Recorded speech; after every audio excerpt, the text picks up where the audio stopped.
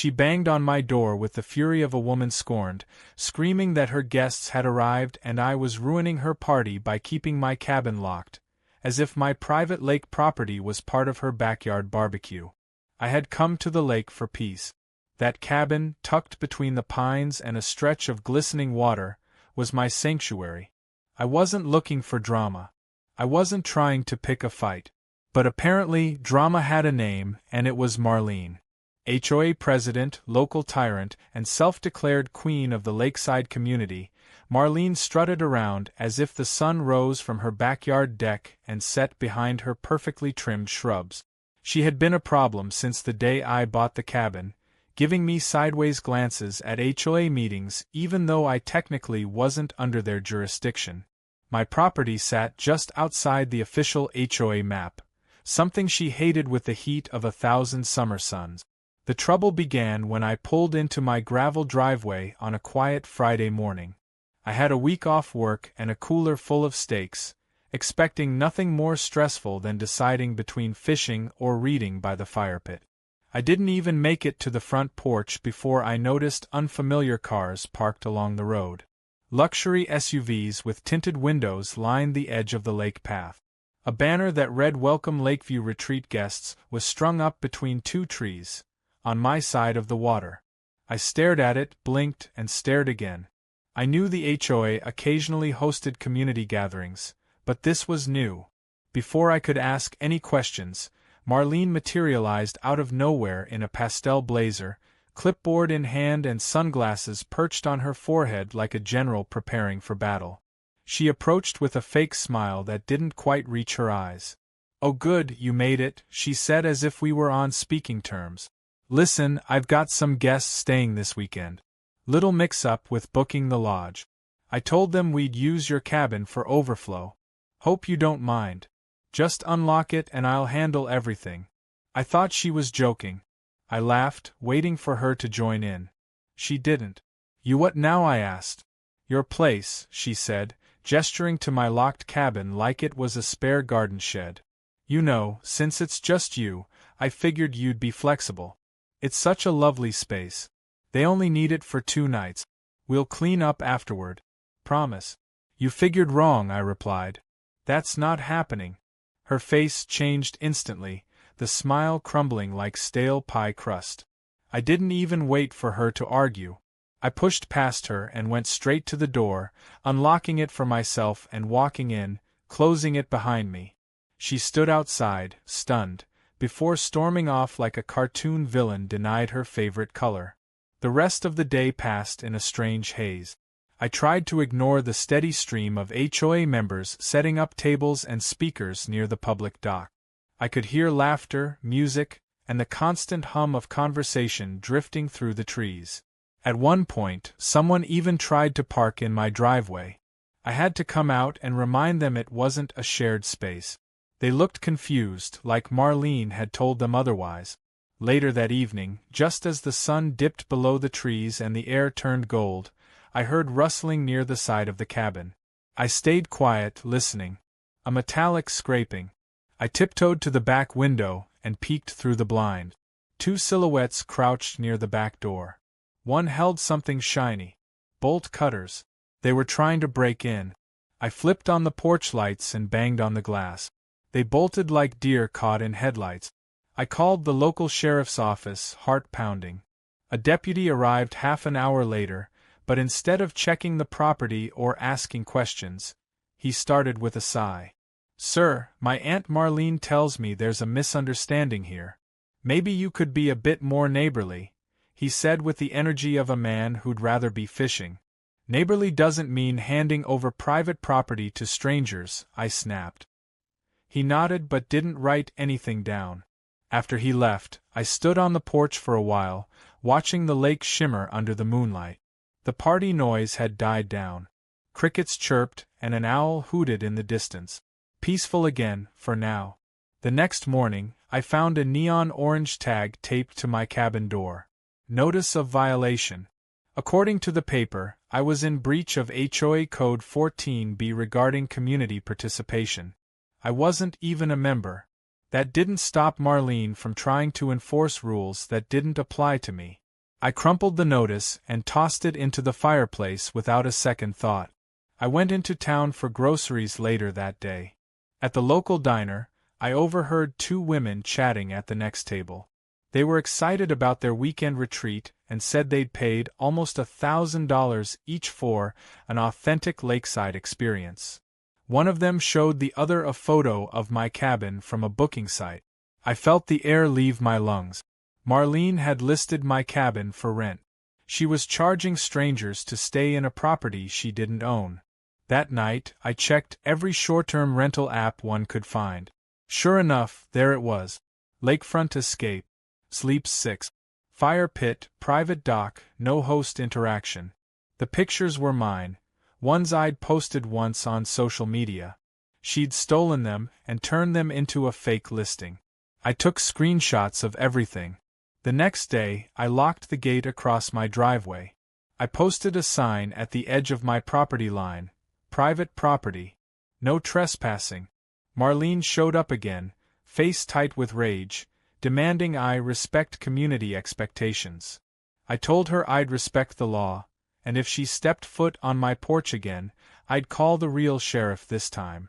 As she walked away, I realized this wasn't over. It wasn't about a cabin or guests anymore. It was about control, and she had just picked the wrong man to play games with. By Monday morning, the war had gone from weird to absurd. I woke up to the sound of gravel crunching beneath tires and looked outside to see a white utility truck pulling up beside the cabin. Two men in orange vests stepped out, clipboards in hand, and began walking along the perimeter of my property like they were on a mission. One of them took photos of my dock, while the other squatted near the garden beds, muttering about code violations. I threw on a shirt and stepped outside before they got any closer to the porch. "Can I help you?" I asked, trying to stay calm despite the surge of irritation bubbling inside me. One of the men looked up and said they were from the HOA compliance team. I told them I wasn't part of the HOA. He flipped a sheet on his clipboard and said that was under review. Under review. As if they could retroactively drag me into their circus of nonsense. They pointed to a list of supposed violations I had racked up over the weekend, including untrimmed reeds, non-conforming mailbox color, and dock size exceeding aesthetic guidelines. I asked if they knew this was county property, not governed by HOA zoning. They shrugged and said any disputes would need to be settled at the next board meeting. I walked back inside before I said something I'd regret. Within an hour, a bright orange warning flag was staked right in the middle of my flower bed, stating pending review. It flapped in the breeze like a cheap insult. I took a picture of it and sent it to my lawyer, who replied with a single sentence. "Do not remove it yet. Take note of everything." Later that day, I walked down to the dock to clear my head, only to find a printed paper nailed to one of the beams. It read "Community Asset" in bold red letters. I laughed out loud. They were escalating, but they were also getting sloppy. You don't nail signs to property you don't own unless you're desperate. I pulled the paper off and stuffed it into a folder with the others. Evidence was piling up quickly. Aunt Ruth called me that evening. She'd seen one of the HOA emails circulating among old board members.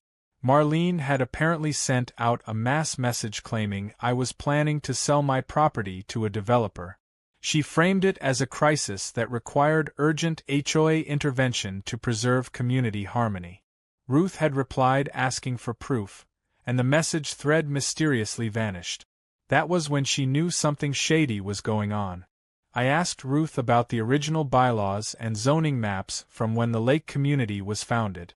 She promised to dig through her storage and find the original documentation. If we could prove, officially and publicly, that my land was exempt from HOA control, Marlene's entire campaign would unravel.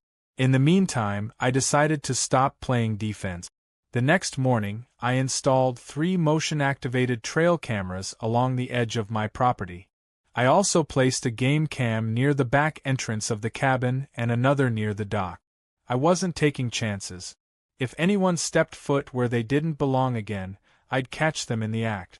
I also reinforced the cabin's locks and added a chain across the front porch entrance. Petty maybe, but necessary. That same afternoon, I received a letter in the mail that looked like it had been printed in a hurry. It was from the HOA board, summoning me to a community mediation session. The language was hilariously formal. Concerned parties wished to resolve perceived tensions related to shared community values. I read it 3 times and still couldn't stop laughing. I almost considered framing it. I called the number at the bottom and told them I wouldn't be attending. They said attendance was mandatory. I told them I'd see them in court. The night brought another surprise. While sipping coffee on the porch, I noticed movement at the edge of the property near the old tool shed. I switched on the floodlight and saw a woman crouching beside the foundation with what looked like a measuring tape. When the light hit her face, she gasped and sprinted off into the trees. I didn't need to guess who she was. A new nameplate had shown up at the HOA board listing her as the new property compliance officer. Another Marlene puppet. The next morning, I printed out every screenshot I had collected from the short-term rental listings. I printed out the map showing the zoning boundary, the property deed, and a photo of the no trespassing sign I had installed. I dropped all of it into a manila folder labeled evidence and locked it in the cabin's safe. My next move would need to be strategic. One thing was clear though. Marlene wasn't just being pushy anymore. She was orchestrating a calculated power grab, hoping I would either give in or pack up and leave. Instead of doing either, I invited a few fellow property owners over for a small get-together. People who had also faced Marlene's overreach. We grilled burgers, sat by the fire pit and shared stories. One guy named Alan said she once tried to fine him for hanging a canoe upside down under his deck. Another woman said Marlene rewrote the minutes from a board meeting to erase a vote that didn't go her way. By the end of the night, we had an informal alliance forming. Not everyone was ready to fight, but they were tired of her games. The next day, I walked out to find a fresh orange notice taped to the power box on the side of the cabin. This one accused me of electrical code violations. I nearly laughed. There was no HOA code authority over utility infrastructure, but they were clearly hoping I didn't know that. I photographed it, peeled it off, and added it to the evidence pile. It was becoming clear that Marlene's strategy was to bury me in so many fake violations, letters, and scare tactics that I'd give up out of exhaustion. What she didn't know was I had more patience than she had schemes. I was playing the long game. And soon enough, her carefully built house of fake authority would start to crack. All I needed was one public misstep. And I had a feeling it was coming soon. The guests she lied to were still expecting a cabin stay. And Marlene had promised them mine. That lie was going to collide with reality in the most beautiful way.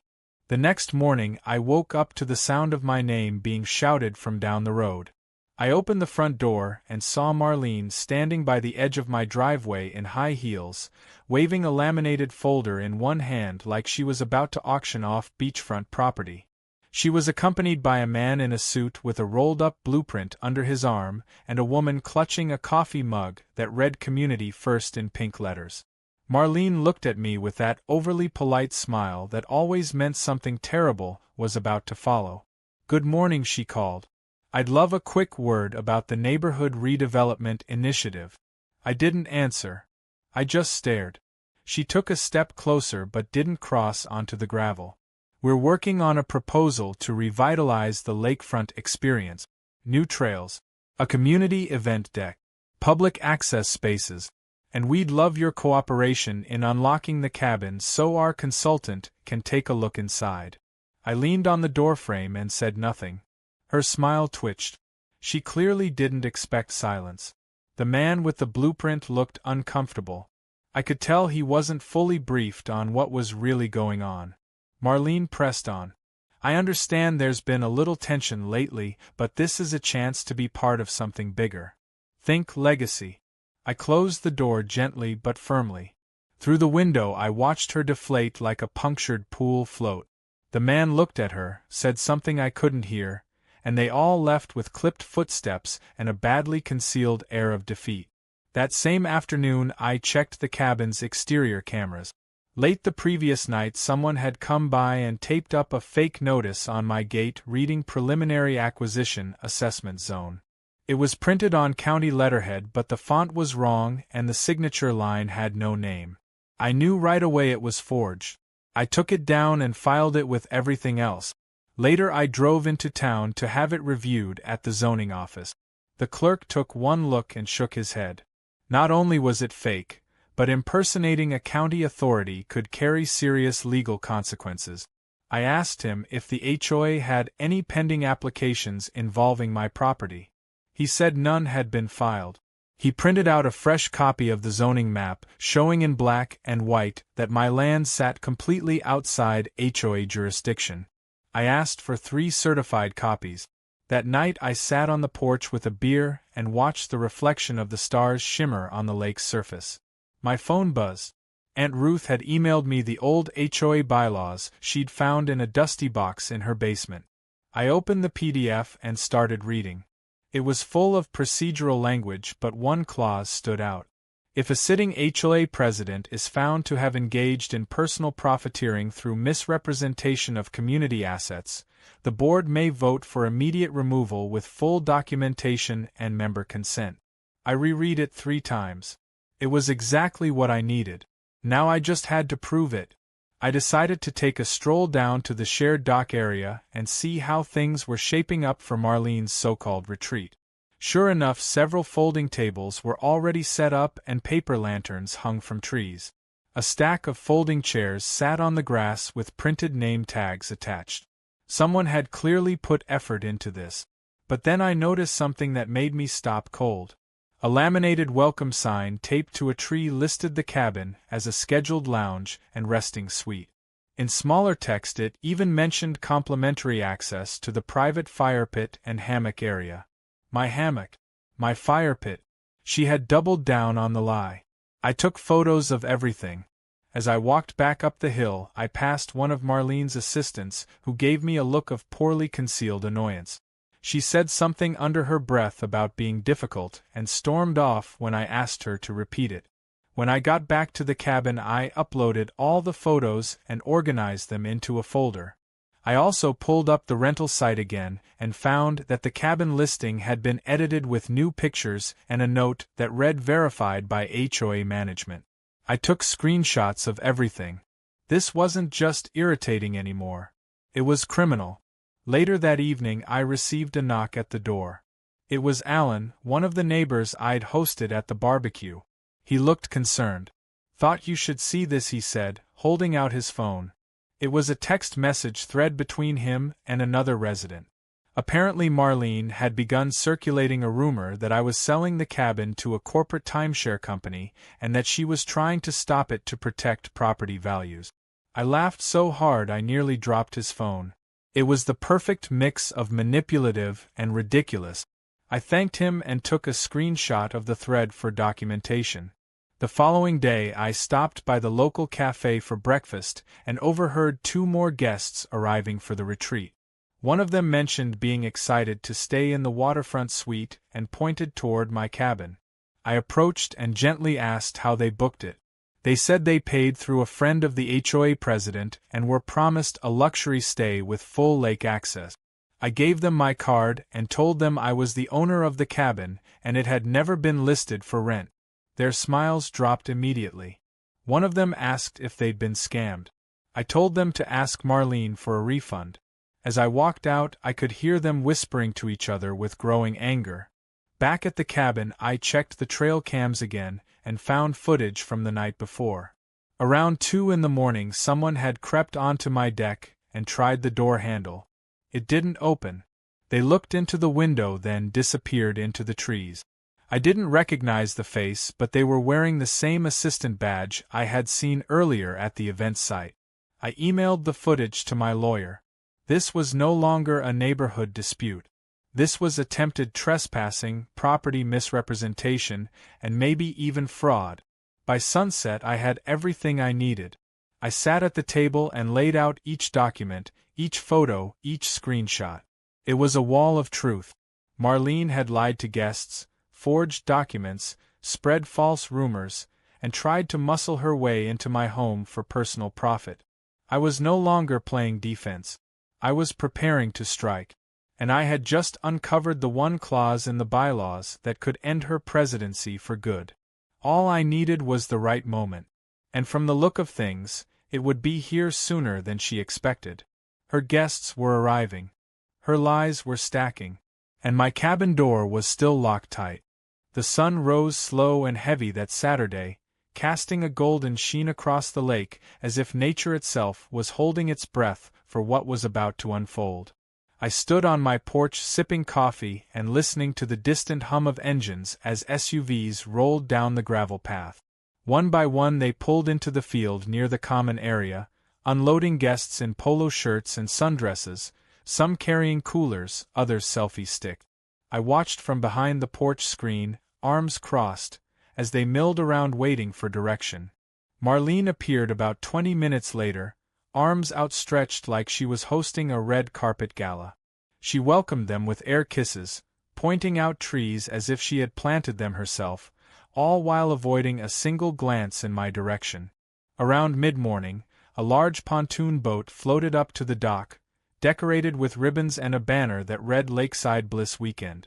It was overkill in every sense, and yet no one seemed to question how extravagant things had become for a supposedly community-centered retreat. Music started playing from hidden speakers and tables were set with catered food trays. The whole thing felt like a corporate picnic mixed with a real estate scam. I walked back inside and pulled the folder marked evidence from my cabinet. I added a few fresh photos I had just taken from the porch. There was no denying it now. She was hosting a full commercial event on HOA grounds, and she was still promising my private cabin as a feature. Around noon, I noticed a group of well-dressed guests lingering near my gate. One of them tried to open it, found it locked, and then looked confused. After a brief discussion, one of them walked up to my porch and knocked, lightly but persistently. I opened the door halfway and asked if I could help them. The woman smiled nervously and asked if this was the check-in for the cabin stay. She had a printed confirmation with my address and her name, promising full weekend access and a lakeside suite. I stepped outside and calmly told her that this was my personal property, not for rent, and that I had never authorized any listing. Her eyes widened as she looked back at the rest of her group, clearly stunned. She asked if I was sure. I told her I was more than sure. I was the legal owner and I could prove it. She looked genuinely hurt, not angry, just blindsided. She explained that she had wired over $800 to a woman she assumed worked for the HOA. She showed me a payment confirmation with a name that wasn't Marlene's, but the connection was obvious. I asked her if she would be willing to write a statement about the interaction. At first, she hesitated, but after a moment she nodded. She said she didn't want anyone else getting taken advantage of. I offered her a bottle of cold water and thanked her before she returned to her group and began making phone calls. I went back inside and added her screenshots and the receipt to the growing folder. By late afternoon, whispers had begun circling the party. Guests were murmuring, pointing toward my cabin, and checking their phones. Marlene was clearly trying to control the narrative, walking quickly from group to group with fake smiles and reassurances. But the damage was done. The woman I had spoken with earlier had posted in the community's social group about her experience. Comments poured in within minutes. Others began to wonder if they too had been misled. Some guests started packing up early. Others demanded to speak with Marlene directly. One man stood by the catering table loudly questioning who was pocketing the event fees. In the middle of the chaos, someone unplugged the speaker system. The music cut off mid-song, and a strange quiet fell over the gathering. Marlene clapped her hands and tried to regain control, calling it a minor technical glitch and urging everyone to stay for the evening paddleboarding session. But the energy had shifted. It was no longer a celebration. It was unraveling right in front of her. I stayed on my porch, watching without a word, letting it all collapse under the weight of her own lies. As the sun dipped low again and the sky turned tangerine, a sheriff deputy pulled into the drive. Not the same one from before, thankfully. This one had the steady, no-nonsense air of someone who didn't take sides. He stepped onto my property and introduced himself politely, then asked if he could speak to me about some complaints received from event guests. I invited him inside, showed him my ownership documents, the evidence folder, and the short-term rental screenshots. I even played him the trail cam footage of the assistant trying to open the cabin door. He nodded slowly, taking notes, and said he had enough to file an incident report. I asked him if anything would come of it. He said it depended on whether the victims chose to press charges. I told him at least one of them was already writing a formal statement. Outside, the guests were mostly gone, some driving off in silence, others calling their bank. Marlene stood near the dock with her arms crossed, shouting at a man rolling up the banners.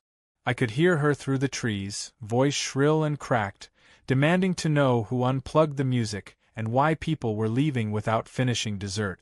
I wondered how long she could pretend nothing was wrong. That illusion was wearing thin. By the time the last car rolled away, the event grounds looked like a deflated carnival. Trash on the grass, half-eaten sandwiches on paper plate, plastic cups bobbing near the water. I sat on the porch until full dark, flipping through the folder again. Everything was falling into place. Guests were talking. Screenshots were circulating. My cameras had done their job. I had clear documentation of lies, trespassing, false advertising, and personal profit disguised as community work. And best of all, I had the one clause in the old bylaws that gave the HOA board power to remove her. The final piece would be bringing it all to the next board meeting. But that would take more than evidence. It would take momentum. And after today, it was clear the tide was finally turning. As the stars came out over the lake and the last echoes of her failed party faded, I locked my cabin door for the night and smiled. She had thrown everything she had at me. Fake citations, rumors, intimidation, and now, even her own lies were starting to betray her. The guests were gone. The cabin was still locked, and the truth was about to be louder than any speaker system she could ever plug in. The morning after Marlene's event fell apart, I stepped outside to find a brand new violation notice duct-taped to my mailbox. This one was larger than the last and printed in all caps. Unauthorized perimeter barrier and visual obstruction of community lines of sight. I almost laughed. The gate on my driveway had been there for years, long before I even bought the place. It was in the original property listing photos. But Marlene had clearly decided if she could not win with charm or force, she would bury me in paperwork and hope I gave up. I tore the notice down, added it to the overflowing evidence folder, and brewed a fresh pot of coffee while scrolling through the messages that had started pouring in overnight. Apparently, the woman who confronted Marlene about the fake cabin listing had posted a detailed summary of her experience in the community board's private group. It spread fast. Her post included screenshots of her messages with the so-called assistant who had taken her money and ghosted her after the event fell apart. Other guests began chiming in, saying they had also made payments through similar back-channel method. One even claimed Marlene offered a discount if they didn't ask for receipt. I saved every screenshot, every comment, and every reply. With each hour, the digital stack of evidence grew stronger. People were starting to connect the dots. It wasn't just one mistake. It was a pattern. Later that day, a new twist arrived. A man I had never met showed up in a black pickup and introduced himself as a contractor who had done work on the community lodge last summer. He said he had seen the post about the fake cabin listing and thought it was time he spoke up. Marlene still owed him nearly $3,000 for labor and had blamed budget issues when he pressed her. He had tried to get the board involved but never received a response. I offered him coffee and sat him down on the porch. We swapped stories and timelines, and it became clear she had been using her role to funnel all sorts of favors and services without official approval. He agreed to write a formal statement and said he would gladly appear at a hearing if needed. I added his report to the folder and sent a copy to my lawyer, who replied almost immediately. That's the nail in the coffin. I spent the rest of the day walking the property with a notepad and checking the trail cameras. One had caught someone moving around near the back of the cabin around midnight. The person wore a hoodie and gloves, moved carefully, and appeared to be tampering with the irrigation line that fed my small garden. Sure enough, one of the hoses had been cut clean through. It wasn't a coincidence. I had checked that very section earlier in the week. I printed stills from the footage and placed them in a separate envelope marked sabotage. Then I made a backup copy on a thumb drive and mailed it to my lawyer just in case something happened to the original. By the time the sun started dipping behind the trees, I was back on the porch watching the lake shimmer. A neighbor named Paula dropped by with a casserole dish and a smile. She said she had seen everything online and wanted to offer her support. She said her own father had been on the original HOA board when it was formed and would be disgusted by what it had become. We sat on the porch eating pasta and swapping stories about Marlene's long history of bullying people into silence. Paula said she remembered when Marlene accused a retired veteran of hoarding junk because he parked his vintage motorcycle under a tarp in his driveway. She handed me a list of names, people she thought would be willing to speak out. I thanked her and promised to follow up. The more voices we had, the harder it would be for Marlene to spin the truth. The next morning, I received an envelope from the county's zoning department. Inside was the official document confirming that my property fell completely outside the HOA's control. It included boundary maps, deed references, and a certification seal. I made 3 copies, laminated one, and posted it on the inside of my front window. That same day I dropped another copy in Marlene's mailbox with a sticky note that simply said cease all false claims. I knew she would lose her mind when she saw it, and frankly, I hoped she did. Let her feel a little of the helplessness she had spread around this place for years. By late afternoon, a small crowd had gathered outside the HOA office for an emergency board meeting. I wasn't officially a member, but thanks to the evidence I carried and the witnesses willing to testify, I had been invited to speak. Aunt Ruth arrived in a linen suit with a briefcase full of old meeting notes and smiled like she had waited a decade for this moment. Inside the small conference room, the air was thick with tension. Marlene sat at the head of the table with her usual icy composure, but there was a nervous twitch in her fingers as she flipped through her agenda. I walked in with Aunt Ruth and several neighbors behind me. People whispered. Phones recorded. It was clear the mood had shifted. When it was my turn, I laid the folder on the table and spoke clearly. I explained what had happened, from the fake rental listing to the trespassing attempts and the deliberate sabotage of my property. I presented screenshots, video stills, payment receipts, and testimonies from the victims. I read the section from the bylaws outlining the grounds for removal of the president and stated that this wasn't just a personal issue anymore. This was about abuse of power, misappropriation, and fraud. Every eye in the room turned to Marlene as she tried to respond, stumbling through denials and blaming rogue volunteers. But her voice shook. Her mask was slipping. Then the woman who had tried to rent my cabin stood up and shared her story in person. She explained how betrayed she felt, how much money she lost, and how Marlene made her feel like the problem when she asked for a refund. When she finished, the room fell silent. Even Marlene's usual defenders looked down at the table. Aunt Ruth stood next and read a list of past violations that had been buried or edited out of official records, each one tied back to Marlene or her hand-picked inner circle. The final speaker was the contractor who had come forward. He brought a printed invoice, a timeline, and copies of unanswered emails. He said he did not want revenge. He just wanted to be paid for his work and see the HOA return to honesty. By the end of the meeting, there was no fight left in her. A board member called for a vote, and hands went up one by one. Even the ones who hesitated finally raised theirs. It was unanimous. Marlene was removed from her position effective immediately. She stood, pale and silent, and walked out without saying a word. I watched her go with a strange mix of relief and disbelief. It was over. After weeks of pressure, schemes, and battles, the door had finally closed behind her.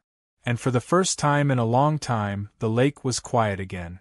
The next morning was unlike any I had experienced since arriving at the lake. There were no fake violation tags flapping in the wind, no HOA patrol cars circling my driveway, and no shouting echoing from the dock. Just silence. Peaceful, warm, undisturbed silence. I sat on the porch with a cup of coffee and breathed in the morning air like I was finally allowed to. After weeks of pressure, the atmosphere had shifted entirely. It was subtle but undeniable, like the tension in the air after a storm breaks, and the sky remembers how to be blue again.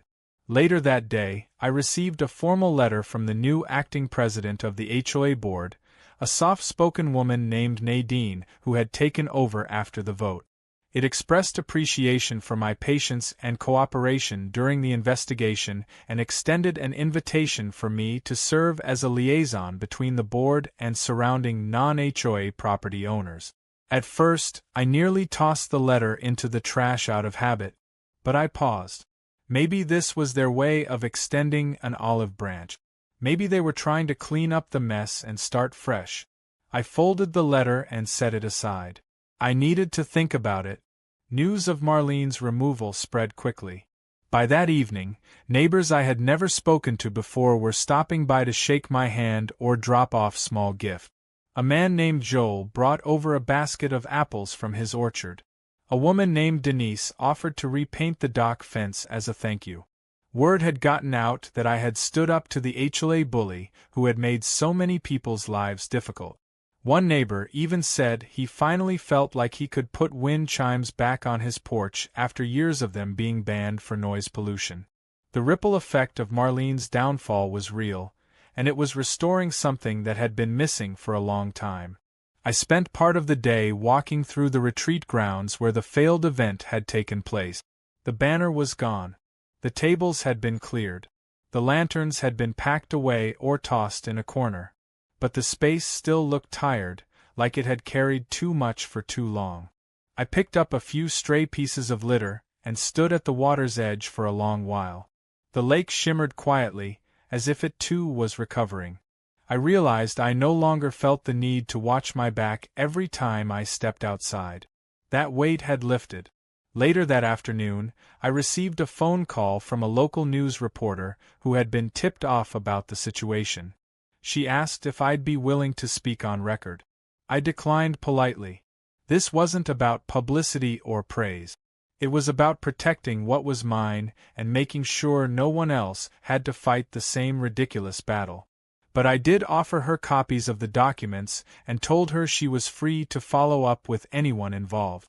If that helped keep Marlene from weaseling her way into another board position elsewhere, then it was worth it. That night, I hosted another barbecue. This one was different. It wasn't about building alliances or swapping evidence. It was just about neighbors sitting together under the stars, sharing food and stories, and laughing without fear. We grilled burgers and hot dogs, passed around lemonade, and joked about who had survived the most bizarre HOA complaint. Someone brought a guitar. Someone else brought pie. And for a few hours, it felt like the lake community was what it had always been meant to be. Friendly, free, honest. Near the end of the night, Aunt Ruth pulled me aside and said she was proud of how I handled everything.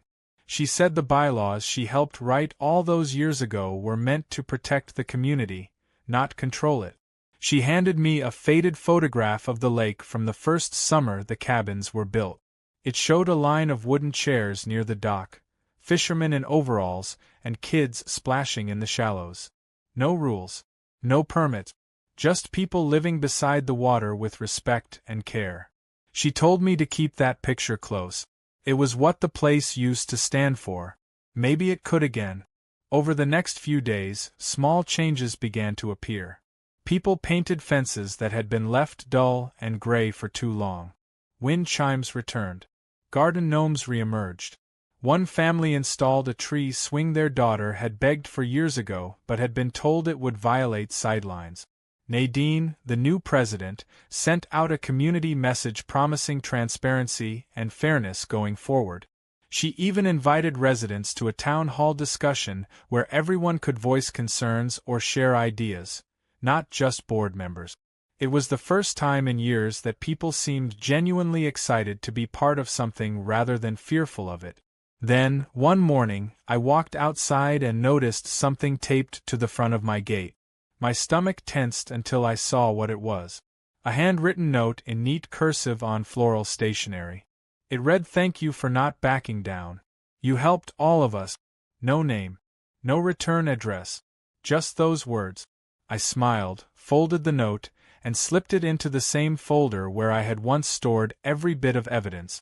Only now that folder felt more like a relic of a battle that had finally ended. A week later, I finally decided to accept Nadine's offer and joined the liaison group. Not because I wanted power or influence, but because I wanted to make sure no one else got pushed around by whoever sat in that chair next. I showed up at the next board meeting and was greeted not with suspicion but with nods of recognition and a few quiet thank yous. The mood in the room was lighter, like a window had been opened after years of stale air. As I drove back to the cabin that evening, I looked out at the water and saw kids paddling in kayaks near the shore. Families laughing. No megaphones. No warnings. Just life, unbothered. I pulled into my driveway and saw a group of teens taking selfies near the welcome sign. One of them pointed at my porch and said, "That's the guy who kept the cabin locked." The others laughed and gave a thumbs up. I waved back. Maybe that would be my legacy here. The guy who locked his door and refused to hand over what was his. Who didn't cave when the pressure mounted.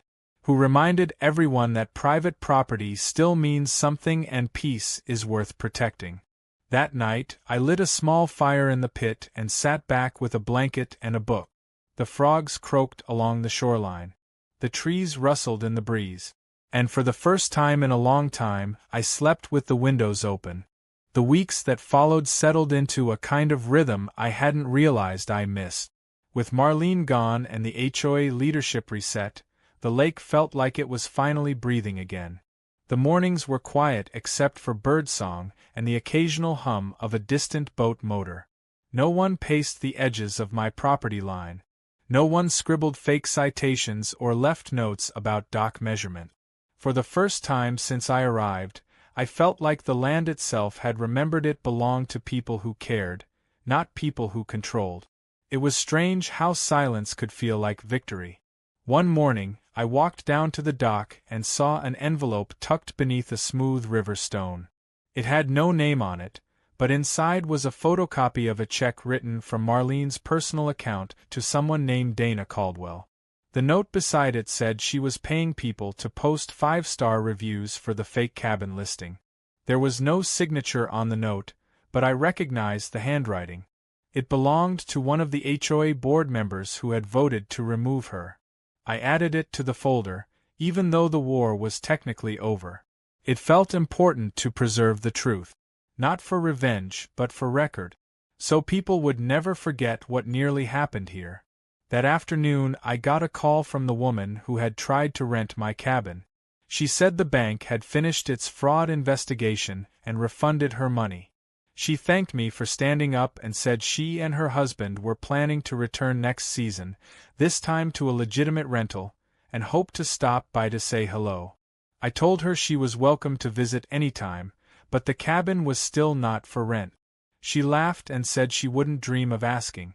She just wanted to see the infamous porch where the HOA drama finally came to an end. The new HOA board was surprisingly proactive in restoring goodwill.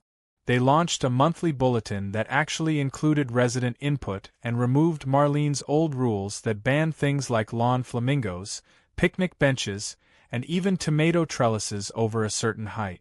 Apparently, she had taken offense to the color red in any form. Neighbors began to relax. People started painting their cabins in brighter colors.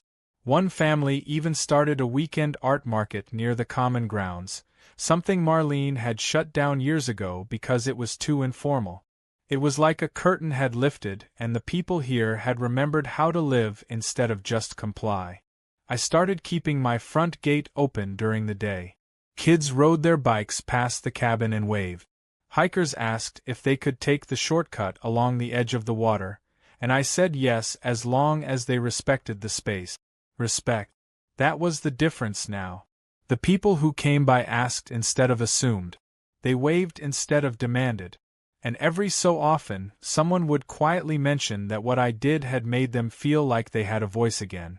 One afternoon, a delivery truck pulled up with a wooden sign I had commissioned weeks earlier, back when the conflict was still fresh. I opened the package and smiled. It was a thick piece of oak carved with a simple message. Private property unlocked only for friends.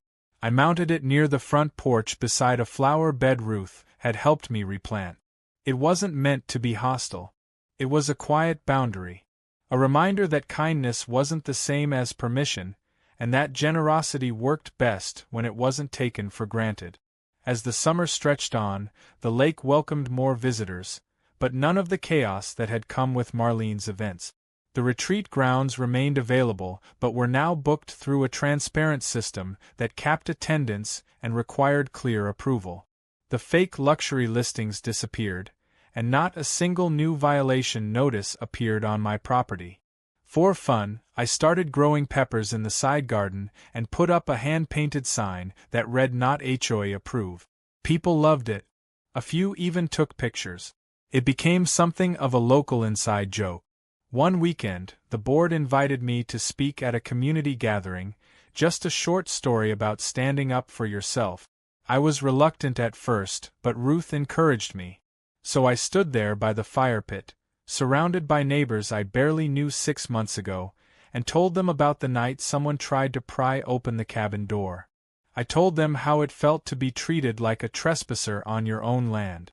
But I also told them how it felt to win, not through yelling or threats, but with patience, evidence, and a door that stayed locked no matter how many people demanded otherwise. When I finished, no one clapped. They just nodded quietly, which felt better than applause. The strangest part of it all was how quickly Marlene vanished from everyone's conversations. It was as if the community had chosen to move on without her, like a bad chapter in a book that no one wanted to reread. I heard rumors she had moved to another state. Someone said she was trying to start over in a gated community 2 towns over. But this time, people were asking questions. Word travels fast in places like this. Her name had become a cautionary tale. Not a threat. Just a reminder. One night in early autumn, long after the tourists had left and the leaves had started to blush red and gold, I sat by the fire pit alone. The air was crisp. The lake was still. I thought back to that first morning when Marlene banged on my door, acting like she owned the trees, the water, and everything in between. And I remembered how I stood there, half in disbelief, half in quiet anger, refusing to hand over a key to someone who believed she was entitled to everything she could see. That moment felt like a lifetime ago. And yet, it was exactly where everything had begun. The fire crackled.